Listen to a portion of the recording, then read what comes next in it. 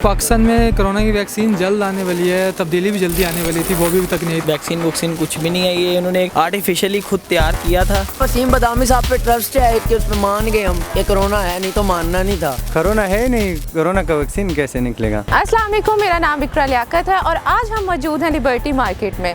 आज हम corona vaccine के हवाले से लोगों की राय जानेंगे। क्या वो कोरोना की वैक्सीन लगवाना चाहेंगे? इस सवाल का हम लेंगे उनसे जवाब।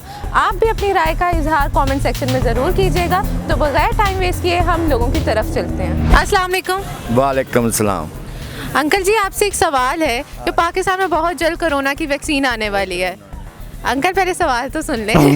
वैक्सीन आने वाली, तो क्या आप वो वैक्सीन लगवाएंगे? नहीं, कोरोना है ही नहीं तो यही कर्ज लाएंगे। डिपेंड करता है मुझे कोरोना हुआ है या नहीं हुआ। अगर नहीं हुआ तो मैं बिल्कुल नहीं लगवाऊंगा। आपसे एक सवाल है कि पाकिस्तान में बहुत जल्द कोरोना की वैक्सीन आने वाली है, तो क्या आप वो वैक्सीन लगवाएंगी? बिल्कुल भी नहीं।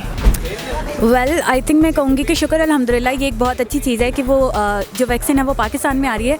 बट अगर मुझे किसी किस्म का कोई प्रॉब्लम नहीं है तो आई डोंट थिंक सो कि मैं बिल्कुल ही बेवकूफ़ों वाला एक स्टंट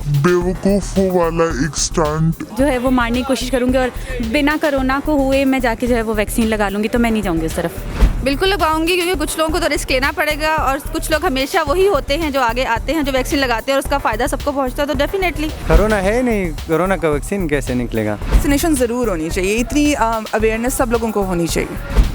अच्छा, पाकिस्तान में कोरोना की वैक्सीन जल्द आने वाली है, तब्दीली भी जल्दी आने वाली थी, वो भी तक नहीं आई। तो इसी तरह लगता है कोरोना की वैक्सीन भी शायद ना आए। वैसे जब आ जाएगी तो क्या आप लगवाएंगे?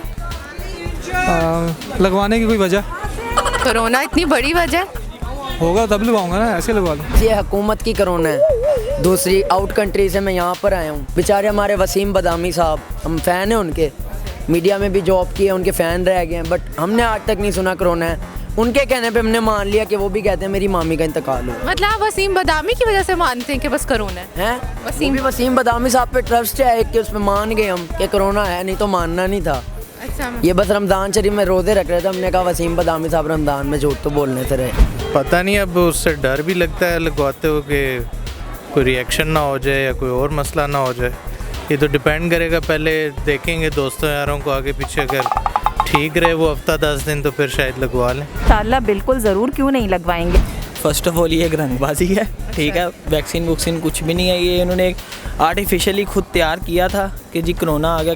अब यकीन माने जब से कोरोना है मैंने खुद मास्क नहीं वेयर किया। इतनी सारी जो दुनिया में लोग कोरोना की वजह से डेथ्स हो रही हैं, क्या वो क्या है फिर? वो फेक हैं सारी। वो फेक है, आप बिल्कुल नहीं मानते?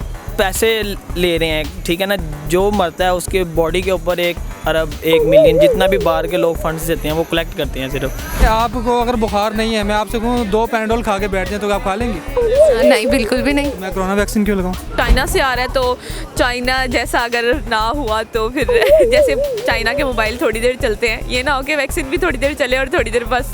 आप अगर कोरोना को नहीं मानते तो आपने मास्क क्यों पहना हुआ है? मास्क तो ऐसे भी अच्छा होता है। मास्क वैसे भी अच्छा होता है, जब कोरोना नहीं आया था पहले भी पहनते थे।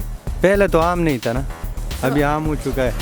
अच्छा, मतलब अब आम हो गया तो इस वजह से आप पहने, कोरोना की वजह से नहीं पहन रहे? नहीं, पाकिस्तान एड में टेक्नोलॉजी एक बहुत बड़ा मुल्क है, वैक्सीन नहीं बनाया। जी, अगर तो वैक्सीन का अच्छा रिजल्ट आता है कि पता चलता है कि उसको एक्सपेरिमेंट हुए हैं, टेस्टेड है और वो ऑथेंटिक है और वो ड्यूरेबल है, उसका कोई अच्छे रिजल्ट आएंगे, डेफिनेटली हम लगवाएंगे।